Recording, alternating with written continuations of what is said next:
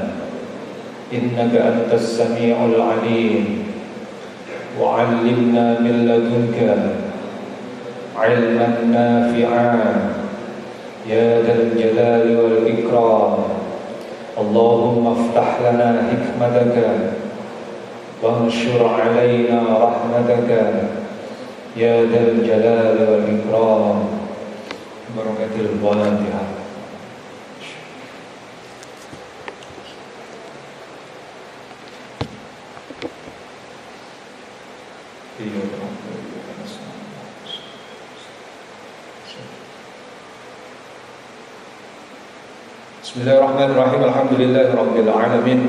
Allahumma shalli ala sayyidina Muhammadin 'abdika wa nabiyyika wa rasulika an-nabiyyil ummi wa ala alihi wa sahbihi wa sallam taslima bi qadri 'azamati dzatika fi kulli waqtin wa hin. Bapak Ibu jemaah Masjid At-Tariq Mawadillah yang insyaallah dirahmati oleh Allah Subhanahu wa taala. Alhamdulillah pada malam hari ini kita kembali dihendakkan oleh Allah Subhanahu wa taala untuk bisa menjalankan salah satu syariatnya, salat maghrib, dan alhamdulillah kita bisa menjalankannya secara berjamaah. Salawat salam semoga tetap terhaturkan hadirat junjungan kita Nabi Agung Muhammad sallallahu alaihi wasallam beserta para keluarganya, para sahabatnya, dan para pengikutnya hingga akhir zaman. Baiklah, mari kita lanjutkan bacaan kita atas kitab Nayatul Zain yang merupakan karya dari Syekh Nawawi Al-Kantani. Bismillahirrahmanirrahim. Qad qala al-mu'allif rahimahullahu ta'ala wa nafa'ana bihi wa bi 'ulumihi wa amantana bi asrarihi wa 'ada 'alaina bi barakatihi amin ya rabbal alamin. Wa ammat turabu fa innahu yakunu mutahhiran istiqlalan fit tayammumi aw ma'an dimamihi lil ma'i fi izalatin najasah.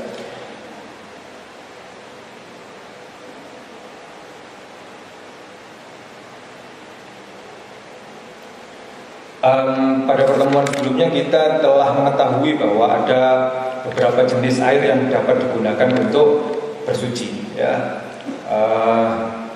Atau ada beberapa macam dari air, gitu ya. Yang pertama yang bisa digunakan untuk bersuci adalah air yang suci dan menyucikan, yang tidak makruh untuk menggunakannya. Air yang seperti ini ya air saja, air bening, air mutlak, ma'ul mutlak. Yang kedua adalah air yang suci dan menyucikan, artinya bisa dipakai untuk bersuci, tetapi makruh menggunakannya, yakni air yang suci mensucikan itu tadi dengan sifat yang telah disebutkan, air mutlak, ya, tapi dipanaskan, ya, dipanaskan atau dipanaskan dengan matahari, al-musyammas, ya, bukan yang karena dipanaskan dengan api, misalnya karena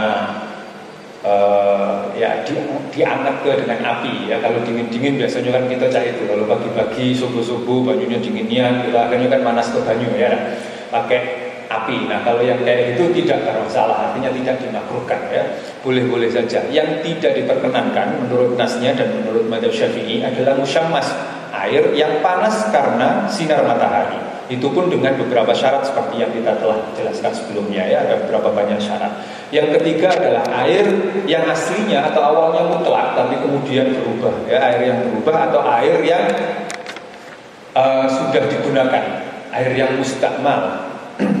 Air yang mustakmal itu air yang sudah digunakan untuk bersuci, entah itu menyucikan hadas kecil, entah itu menyucikan hadas besar, atau entah itu untuk bersuci dari hadas atau untuk bersuci dari najis, ya, itu mustakmal. Dalam konteks bahwa air itu mustakmal digunakan untuk bersuci, maka bersucinya itu adalah sucian dari basuhan yang pertama. Misalnya kalau wudhu, yang disebut dengan wudhu adalah basuhan yang pertamanya, ya, basuhan yang pertama. Jadi kalau biasa kita wudhu itu kan 3 kali. Kalau wudhu itu kan basuh mukonya itu kan 3 kali, tangan 3 kali, ngusap kepala 3 kali, ya.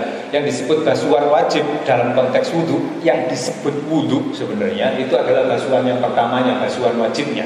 Karena basuhan yang kedua dan basuhan yang ketiga itu hukumnya sunnah. Menigakalikan itu hukumnya sunnah. Sebenarnya yang wajib cuma sikok, ya, yang wajib cuma sikok. 2, 3 itu hukumnya sunnah. Nah kalau kemudian yang netes dari sini itu kok kita pakai wudhu, yang netes dari basuhan pertama itu yang disebut dengan air yang mustakmal. Basuhan yang kedua dan basuhan yang ketiga tidak disebut sebagai yang mustakmal.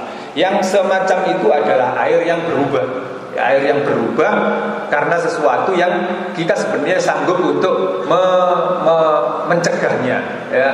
Air aslinya bening lalu kemudian jadi coklat, jadi hitam karena kemasukan kopi. Nah istilahnya jadi bukan lagi air mutlak tapi air kopi atau air sabun dan seterusnya. Itu sebenarnya kita bisa mencegahnya.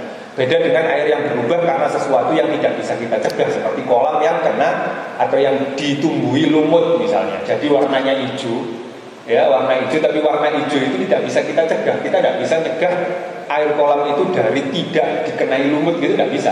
Tapi kalau sabun kan bisa. Sabun itu bisa kita singkirkan, ya kan? Bedanya di situ.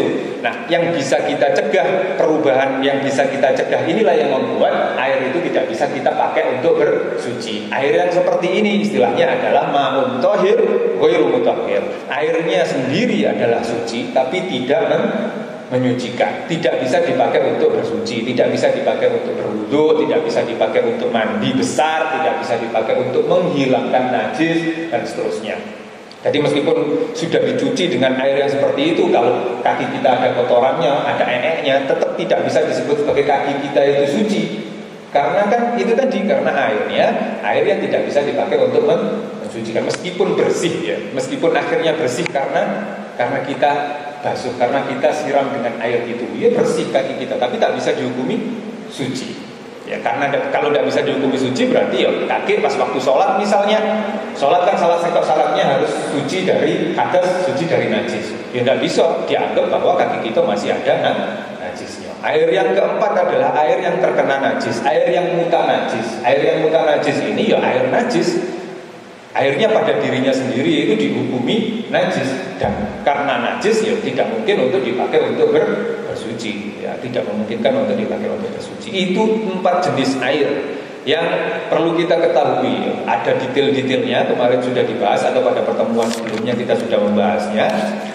Dan air ini adalah, kalau kembali ke penjelasan sebelumnya, penjelasan awalnya, air ini adalah yang oleh fikih disebut sebagai wasailul toharah. Wasail toharah atau perangkat atau peralatan untuk bersuci, ya. At-toharah sendiri atau suci sendiri itu maksudnya ada 4, ya. Kemarin dulu kita sudah pernah bahas ini. Yang pertama wudu, yang kedua mandi. Mandi itu maksudnya mandi besar. Yang ketiga tayamum, dan yang keempat menghilangkan najis. Atau kalau mau dipendekkan lagi, sebenarnya yang disebut dengan toharah bersuci itu cuma 2, suci dari hadas sama suci dari najis. Suci dari hadas itu bisa jadi nanti hadas kecil, seperti hadasnya kencing, hadasnya mohon maaf kentut, hadasnya itu semua hadas kecil. Hadas besar itu adalah hadas junub, ya.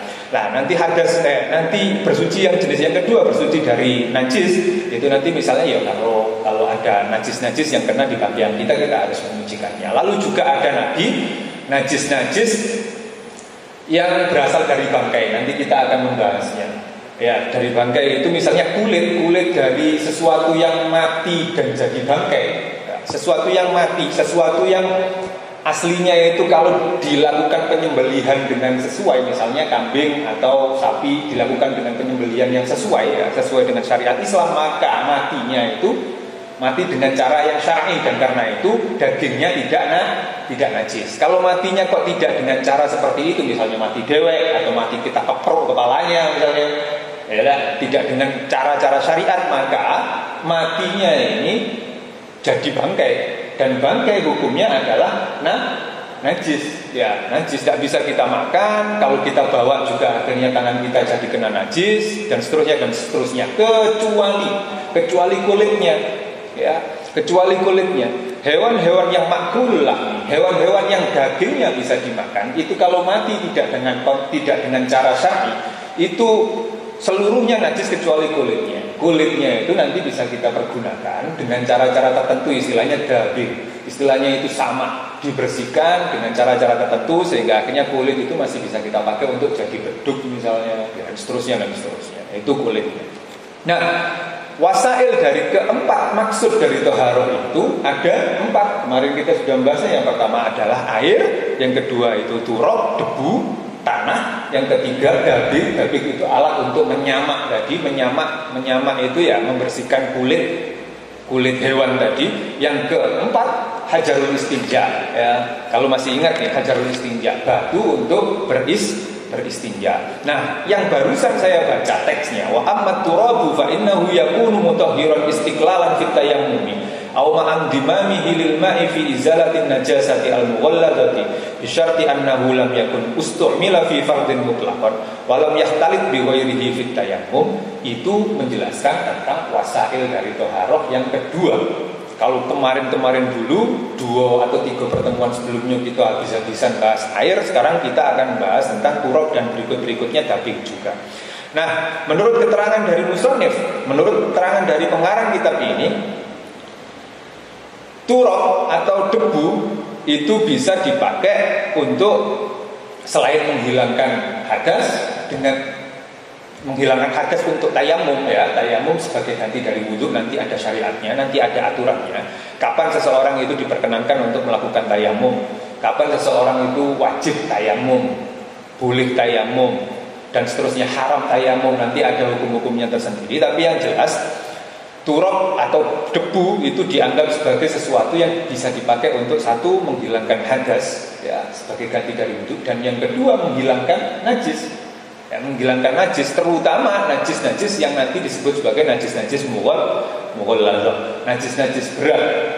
Najis itu nanti ada bermacam-macam, ya. Najis itu ada yang ringan, mukhaffafah, najis ada yang mutawassithah, mutawasit pertengahan, dan najis yang mughalladhah, najis yang berat. Najis mukhaffafah itu diantaranya adalah najisnya bayi yang berusia 2 tahun dan belum makan kecuali air susu ibunya.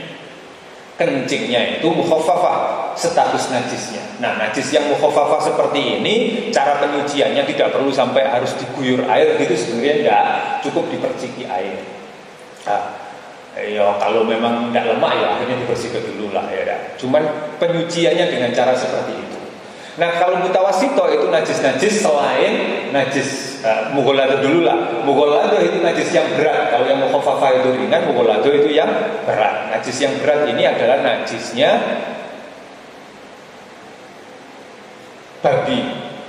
Babi dengan, kalau menurut mazhab Syafi'i, anjing ya. Kalau menurut mazhab Maliki, anjing tidak dikategorikan sebagai najis yang berat. Tapi kalau menurut mazhab Syafi'i, najisnya babi sama anjing atau babi itu najisnya mughalladho. Kalau kita kena jilat babi misalnya, maka harus disucikan secara mughalladho, secara najis mughalladho. Salah satu cara menyucikannya adalah dengan 7 kali basuhan air, dan salah satunya harus menggunakan turab ini yang kita bahas. Salah satunya harus menggunakan debu, salah satunya harus menggunakan tanah. Jadi ya yang kena najis itu cara menyucikannya ya dengan cara seperti itu, najis mughalladho ya. Ya, selain dari kedua kategori jenis jenis najis yang telah disebutkan, itu istilahnya najis mutawasito. Kencing, kucing, gitu dewe, itu semuanya adalah najis mutawasito. Cara menyucikannya seperti apa? Dihilangkan airnya, dihilangkan bentuknya dulu, dibersihkan, lalu kemudian kita guyur hukumnya, kita siram hukumnya dengan menggunakan air.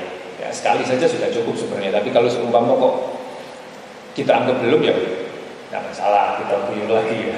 Tapi ya itu buang-buang air sebenarnya ya. Jadi dihilangkan airnya dulu, dihilangkan wujudnya, dihilangkan bendanya, dihilangkan aspek-aspeknya dulu ya. Kalau bisa dihilangkan, diperkirakan baunya itu sudah hilang, diperkirakan rasanya itu juga sudah hilang. Tapi umumnya kalau seumpama sudah hilang wujudnya, wujud nya, jadi yang tersisa itu kan tinggal hukumnya sebenarnya. Nah, yang seperti ini kadang-kadang juga disebut sebagai najis yang makfu. Kemarin dulu sudah kita bahas ya, najis yang dimakfu, yang tinggal hukumnya seperti ini, tapi sebenarnya masih perlu disucikan.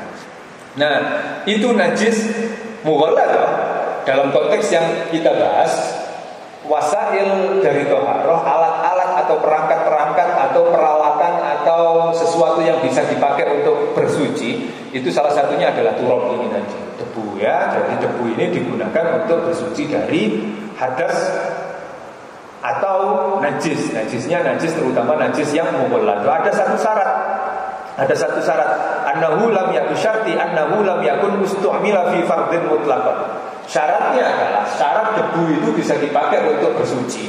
Bersuci dari hadas atau bersuci dari najis adalah yang pertama, lam yakun ustu'mila fi fardhin mutlaqan, tidak pernah dipakai untuk bersuci sebelumnya.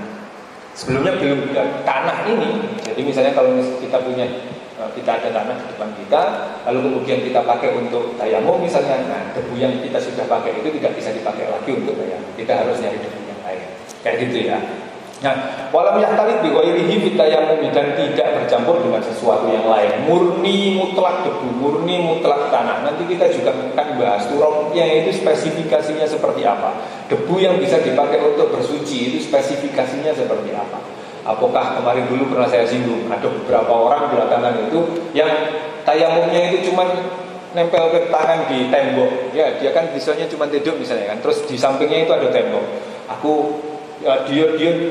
Kita jingangin dia pegang di tembok, terus kemudian musap-musap mukanya. Ya, ditanya ngapain dia? Ngapain kamu? Tayamum. Ini tembok. Enggak bisa itu. Kalau kaki kita bahas begitu ya, cuman intermezzo baik. Karena enggak kate ubarnya, enggak kate debunya. Iya kan? Enggak kate debunya, enggak kate bentuk apa ya? Sesuatu yang nempel di tangannya itu. Kalau kita megang tanah itu kan pasti ada yang nempelnya. Nah, yang nempel ini namanya hubar, yang itulah yang bisa dipakai untuk bersuci. Bukan setiap tembok ya. Dia berargumen, tembok ini kan pasti juga ada debunya. Iya. Ya tembok itu pasti ada debunya. Kalau di mikroskop kan pasti ada debunya. Ya kalau pasti ada debunya. Muka kamu juga ada debunya. Kalau di mikroskop. Jadi memang harus ada hubarnya. Ya. Oke, itu yang kedua wasail toharoh yang kedua. Wasail toharoh yang ketiga adalah dabik. Dabik seperti yang tadi disinggung adalah nyamak, mensamak kulit hewan, ya, mensamak kulit hewan. Kulit hewan itu bisa suci dan bisa dipergunakan kalau disamak, kalau didabik ini. Fahuwa kullu hirrifin yanza'u fudulal jildi wa huwa rutubatuhu wa ma'iyatuhu allati yufsiduhu baqa'uhu allati yufsiduhu baqa'uha wa yutibuhu nas'uha bihaitsu law naqa'a fil ma'i lam ya'ud ilaihi an-nadmu wal fasad. Yang disebut dengan menyamak adalah kita tahu kalau seumpama kulitnya hewan itu biasanya kan ada basah-basahnya, ya, ada lendir-lendirnya. Nah, yang disebut dengan menyamak itu adalah menghilangkan basah-basahnya itu, menghilangkan lendir-lendirnya itu, sehingga yang tertinggal adalah cuman ya kulitnya. Nah, menghilangkannya dengan apa? Biasanya kalau orang-orang kita itu menggunakan kapur barus, ya, atau sesuatu yang asam lah. Sesuatu yang asam yang disebutkan di sini itu kullu hirrifin atau kullu harrif. Sesuatu yang asam, sesuatu yang bisa dipakai untuk menghilangkan itu. Nah, sesuatu yang dipakai ini bisa jadi sesuatu yang suci atau sesuatu yang najis. Kalau di tempat saya dulu, kalau untuk menghilangkan sisa-sisa dari kulit itu menggunakan tainya burung dara. Ya, tainya burung dara dipakai untuk menghilangkan itu. Ya tidak masalah, habis itu kaget di tainya burung dara kita anggap sebagai najis juga, ya toh. Najis yang mutawasit tadi. Cara menyucikannya akhirnya tinggal dibersihkan dari tai itu, lalu kemudian diguyur, sudah suci. Jadi ada dua mekanisme. Tai burung dara dipakai untuk menyucikan kulit sebagai daging, sebagai menyamak, ya. Tai burung daranya nanti juga perlu disucikan lagi dengan air karena kita anggap sebagai najis yang mutawasit. Seperti itu. Wadhalika kal afsi wa kusurir rumani wala farqa fi dzalika bainadz tahiri wan najisi kadar kituyuri. Nah, ini disebutkan tidak ada bedanya sesuatu yang dipakai untuk menyaman ini apakah dia suci atau tidak suci, ya. Kadar kituyuri seperti nya burung, gitu kan, disebutkan dengan jelasnya di sini, ya. Walau kana najsu min mughalladin lakin yahrumu at-tadammuhu fi bihi idza wajada ma yaqumu maqamahu. Wa kullu jildin najisin bil mauti yutahhiru bitibaqi. Setiap kulit yang najis bil mauti dikarenakan mati, dikarenakan kematian, maka kulitnya itu bisa digunakan atau bisa dipakai atau bisa menjadi suci zahiran wa batinan, zahir dan batinnya dunama alaihi minasy-sya'ri atau minasy-sya'ri fala yadhuru bitibaqi illa jildal kalbi awil khinziri. Jadi seluruh hewan kecuali anjing sama babi, ya, itu yang mati dengan tidak disembelih secara syar'i, artinya mati dengan sendirinya atau mati karena ketumbur mobil atau apalah gitu, ketumbur motor ayam gitu, ya, mati ketumbur motor. Itu kulitnya bisa dipakai, meskipun dagingnya tidak bisa kita makan karena itu bangkai, ya. Kecuali kulitnya babi sama kulitnya anjing, karena kulit babi sama kulit anjing tetap dihukumi najis, ya. Aufarmu ahadihima atau keturunan dari keduanya, keturunan dari salah satu keduanya, misalnya anak dari, jadi ada anjing itu mohon maaf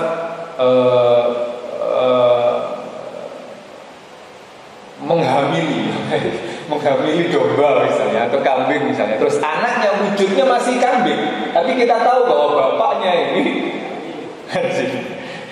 Anak dari kedua, mungkin saja bentuknya masih ngikuti ibunya, tidak ngikuti bapaknya, mungkin saja. Tapi kita tahu kalau itu far dari anjing misalnya, dan itu tetap tidak bisa kita anggap sebagai kambing, tapi kita anggap sebagai anjing dalam tanda petik, ya, anjing ya campuran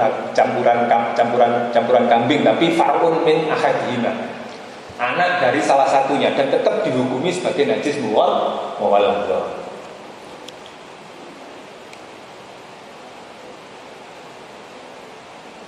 Wajibul hayawanil makmuli al-mudarki la yahtaju ila tibaqi li'annahu tahirun ba'dal mauti bisa babi tarbiyatihi. Sedangkan itu tadi kalau yang dibahas di sini untuk menyucikan kulit itu kalau hewannya mati dengan cara-cara tidak disembelih sebagaimana biasanya. Nah, kalau hewannya yang bisa dimakan ini itu matinya karena disembelih, dalam arti yang saya sebutkan tadi, matinya karena sebab-sebab syar'i, maka kulitnya tidak lagi perlu tidak lagi perlu dibal, tidak perlu lagi ada dabik, karena ya dianggap suci sebagaimana apa dagingnya, ya di kesuciannya itu karena sama dengan disetarakan dengan cara matinya. Cara matinya adalah dengan disembelih dengan cara yang tepat. Na'am law asabahu najasatun min damin aw nahwihi tahura bil ma'i, kecuali kalau misalnya di situ pasti ada darahnya, ada lendir-lendirnya, sesuatu yang kita anggap sebagai najis, ya kita harus bersihkan itu, ya bersihkan saja, tapi tidak perlu sampai harus disamak, ya sampai dibersihkan saja darahnya segala macam. Wa amma hajrul istinja, wasail yang keempat adalah hajrul istinja'i, batu yang dipakai untuk istinja, batu yang dipakai untuk cebok. Istinja itu cebok, ya bahasanya agak kasar, ya tidak apa-apa lah. Faya juzul istinja'u bihi wahdahu badalan anil ma'i walau ma'al qudrati alal ma'i. Batu itu bisa dipakai untuk beristinja atau cebok, atau apa istilah enaknya cebok? Istilahnya ya membersihkan diri dari kotoran lah pasti, ya menyucikan diri dari najis yang ada. Cebok itu berarti ya najisnya dari kita dewek, ya itu cebok, itu istinja namanya. Nah, batu bisa dipakai untuk beristinja atau seluruh yang jamit. Seluruh yang jamit itu seluruh yang keras. Jamit itu adalah lawan dari ma'i. Kalau dalam bahasa fikih, ma'i itu sesuatu yang cair. Air itu ma'i, ya. Air kopi itu ma'i, sesuatu yang cair. Ludah ini ma'i, sesuatu yang cair. Lawan dari sesuatu yang cair, sesuatu yang keras atau benda padat. Seluruh benda padat itu bisa dipakai untuk bersuci kalau dengan persyaratan yang nanti telah disebutkan. Bahkan diantaranya kalau ibu bertanya-tanya, ya, atau kalau bapak bertanya-tanya, apakah kita nanti boleh beristinja dengan menggunakan tisu misalnya? Boleh.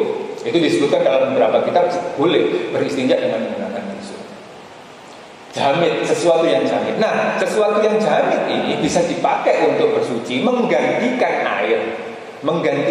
Jadi kalau tidak ada air, kita bisa menggunakan benda-benda padat untuk bersuci. Meskipun ada air, kita juga boleh menggunakan benda padat ini untuk bersuci. Jadi kalau tidak harus ada syarat, tidak katik banyu dulu, tidak. Jadi bisa saja orang itu bersuci dengan menggunakan benda-benda itu. Misalnya kalau ya yang kayak gini kan kadang perlu, ya. Ada beberapa orang yang tidak bisa menyentuh air karena kulitnya alergi misalnya, kan. Jadi bersucinya dengan apa, ya? Dengan yang kayak gini. Ya, kalau maksud dengan air akhirnya kulitnya malah jadi rusak misalnya, ya, tambah bahaya kan. Maka ya ceboknya ya dengan menggunakan batu atau sesuatu yang lain, ya, sesuatu yang padat lah yang itu. Mana tadi? Lakin lahu syurutun min haitsu istimalihi. Nah, tadi disebutkan bahwa ada syarat-syarat, ya. Ini ada syarat-syaratnya. Wa syurutun min haitsu dzatihi wa syurutun min haitsul khariji wa syurutun min haitsul mahalli. Ada syarat-syarat. Syarat-syaratnya itu terkait dengan cara penggunaannya. Tata cara penggunaannya. Yang pertama. Terus yang kedua, syarat-syarat dengan zatnya. Sesuatu yang dipakai untuk beristinja itu darinya harus berupa apa, harus bentuknya seperti apa, dan seterusnya. Itu ada syarat-syaratnya. Yang ketiga, syarat dari sesuatu yang keluar. Dari syarat dari ee-nya itu harus jenisnya yang seperti apa yang bisa dipakai bersuci atau beristinja dengan menggunakan benda padat. Ada. Yang keempat, syarat terkait mahalnya, tempat yang dikenai maksudnya tempat yang disucikan itu. Kalau kita nak istinja itu, mohon maaf, kalau lanang kan lubangnya itulah ya, disucikan gitu, ya. Itu mahalnya, mahal untuk penyuciannya, ya. Amma syurutuhu min haitsu istimalihi fa amrani. Syarat yang berkait dengan tata penggunaannya, tata cara penggunaannya itu ada dua. Ahaduhuma talatu masahatin bi haitsu ya'ummu bi kulli mashatil mahalla. Bi kulli mashatin al mahalla walau bi atrafi hajar. Yang pertama, syarat penggunaannya adalah bahwa, atau syarat melakukannya adalah bahwa seseorang menggunakan benda padat itu untuk bersuci dengan 3 kali usapan. 3 kali usapan itu harus merata atau rata di tempat yang disucikan. Jadi kita tahu dong, ya kita bisa membayangkan tempatnya yang disucikan itu yang mana ya, nggak perlu diperjelas lagi. Nah, mahalnya tempat yang perlu disucikan ini harus diratakan dengan 3 kali basuhan. Itu syarat yang pertama dalam tata cara 3 kali usapan. Kok basuhan kan air, usapan. Ya, usapan itu berarti ya benda itu ya. Meskipun usapannya itu berasal dari benda yang sama. Ada dulu kalau kita belajar istinja dengan batu, kita disuruh nyari 3 batu gitu ya, 3 kerikil atau 3 batu. Ya tidak masalah seperti itu. Boleh jadi batunya sikok, cuman ujung-ujungnya kita bedakan ya.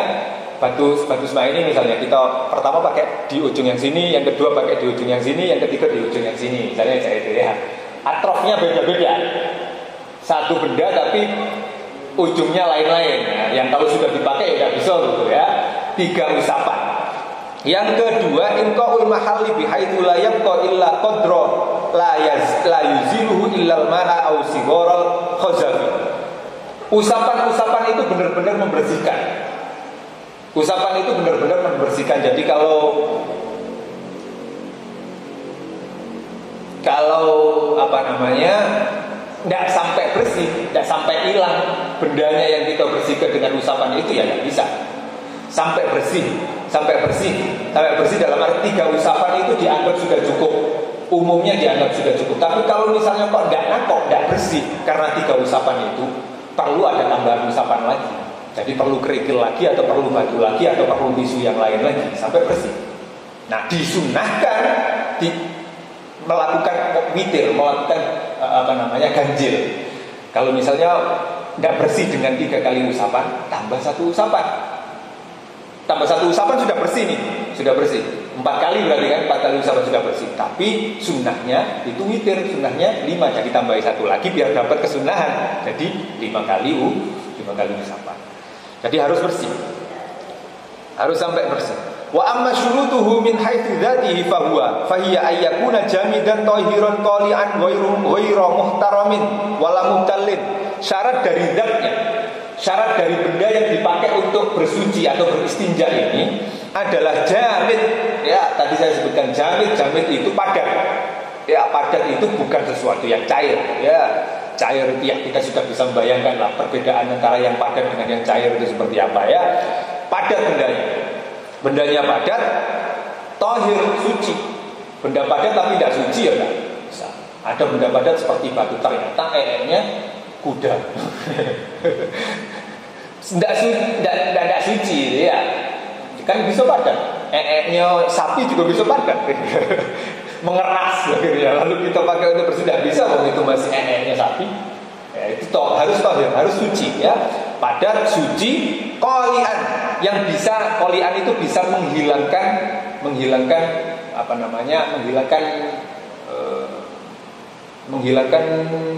bentuk, menghilangkan wujud dari najisnya. Bisa mencabut, bisa menghilangkan itu. Kalau seumpama tidak bisa, misalnya bendanya itu ya memang padat tapi terlalu lumer misalnya gitu. Terus akhirnya tidak bisa hilang ke airnya, cairannya, ya akhirnya tidak bisa. Harus qali, harus bisa menghilangkan wujud dari najisnya. Ghairu muhtaram. Ghairu muhtaram itu tidak dihormati.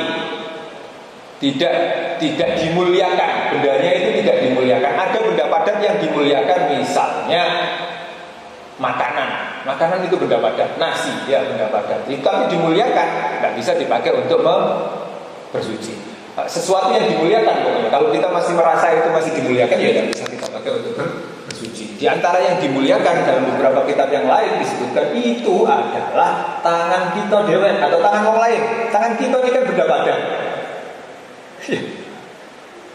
Dianggap batu, bisa dianggap batu. Kalau nggak percaya pukul pakai tangan itu pasti bencong.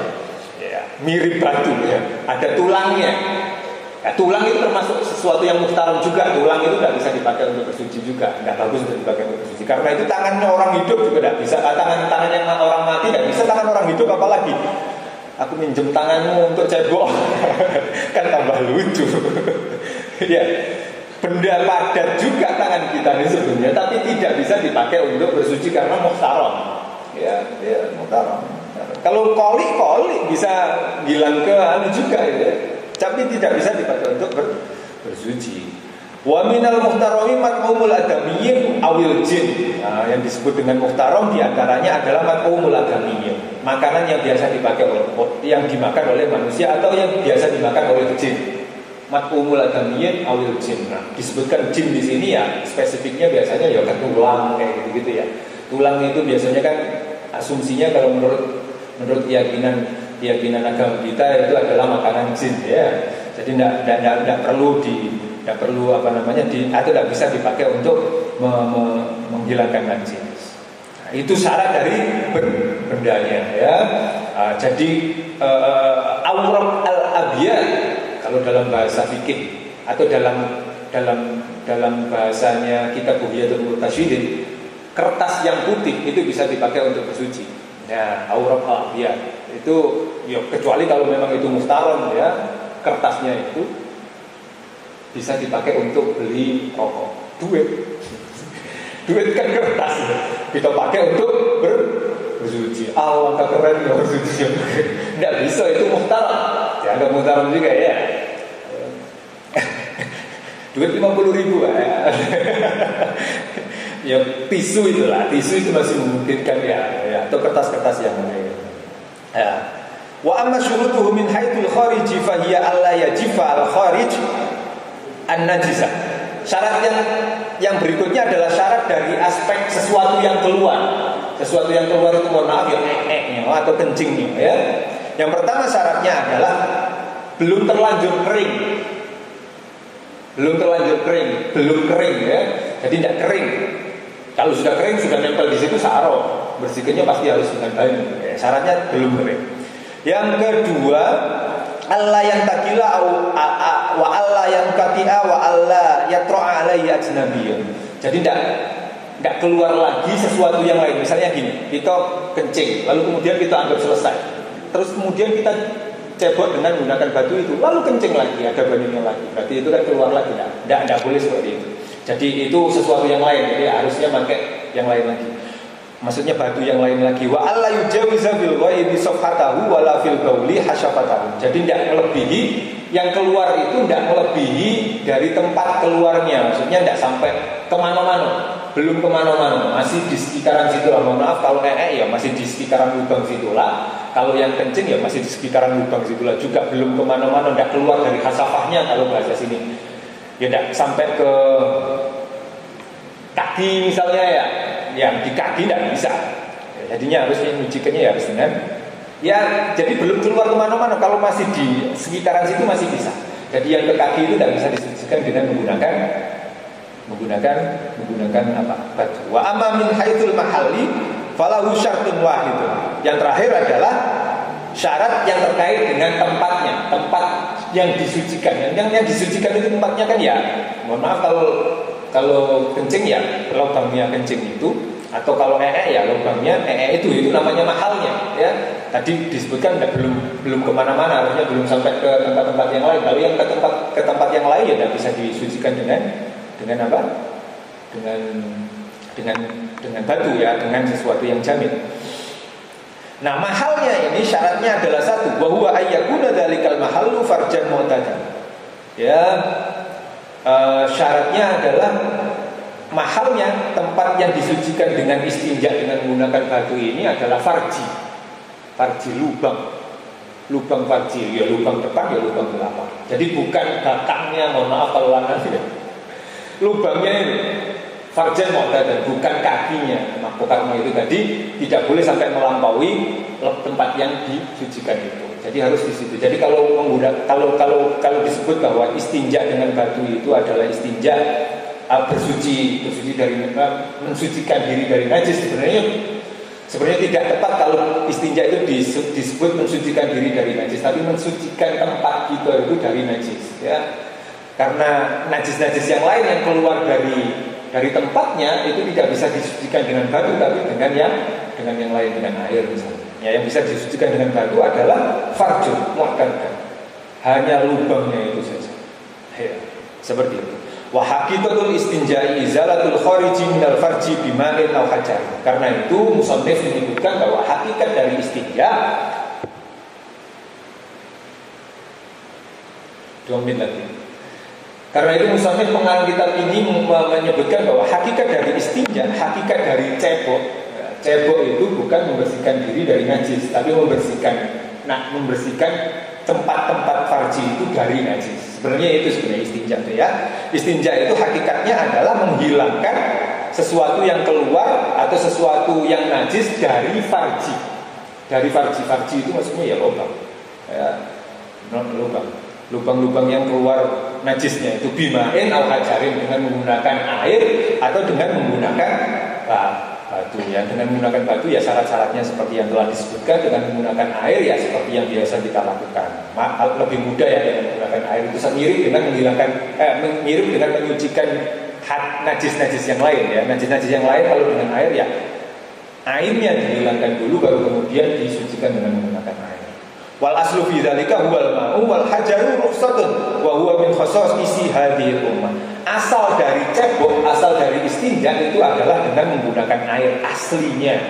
Ya, lalu kemudian ada mekanisme yang lain. Kalau misalnya apalagi di tempat-tempat tertentu itu kok tidak katip banyu sama sekali, maka ya cara bersucinya ya dengan menggunakan benda-benda padat, batu misalnya atau yang lain-lain ya. Itu adalah rukhsah, itu adalah keringanan. Beristinja dengan menggunakan batu, dengan menggunakan tisu, dengan menggunakan benda-benda padat yang lain, itu rukhsah, itu keringanan yang merupakan kekhususan hadhil ummah. Jadi umat-umat sebelumnya itu cara bersucinya ya ada yang seperti umat kita. Maksudnya cara istinjanya tidak dengan cara istinjanya itu semuanya dengan air itulah. Yang beristinja dengan batu atau yang diperkenakan beristinja dengan batu itu ya umat kita ini. Kita istimewa ya.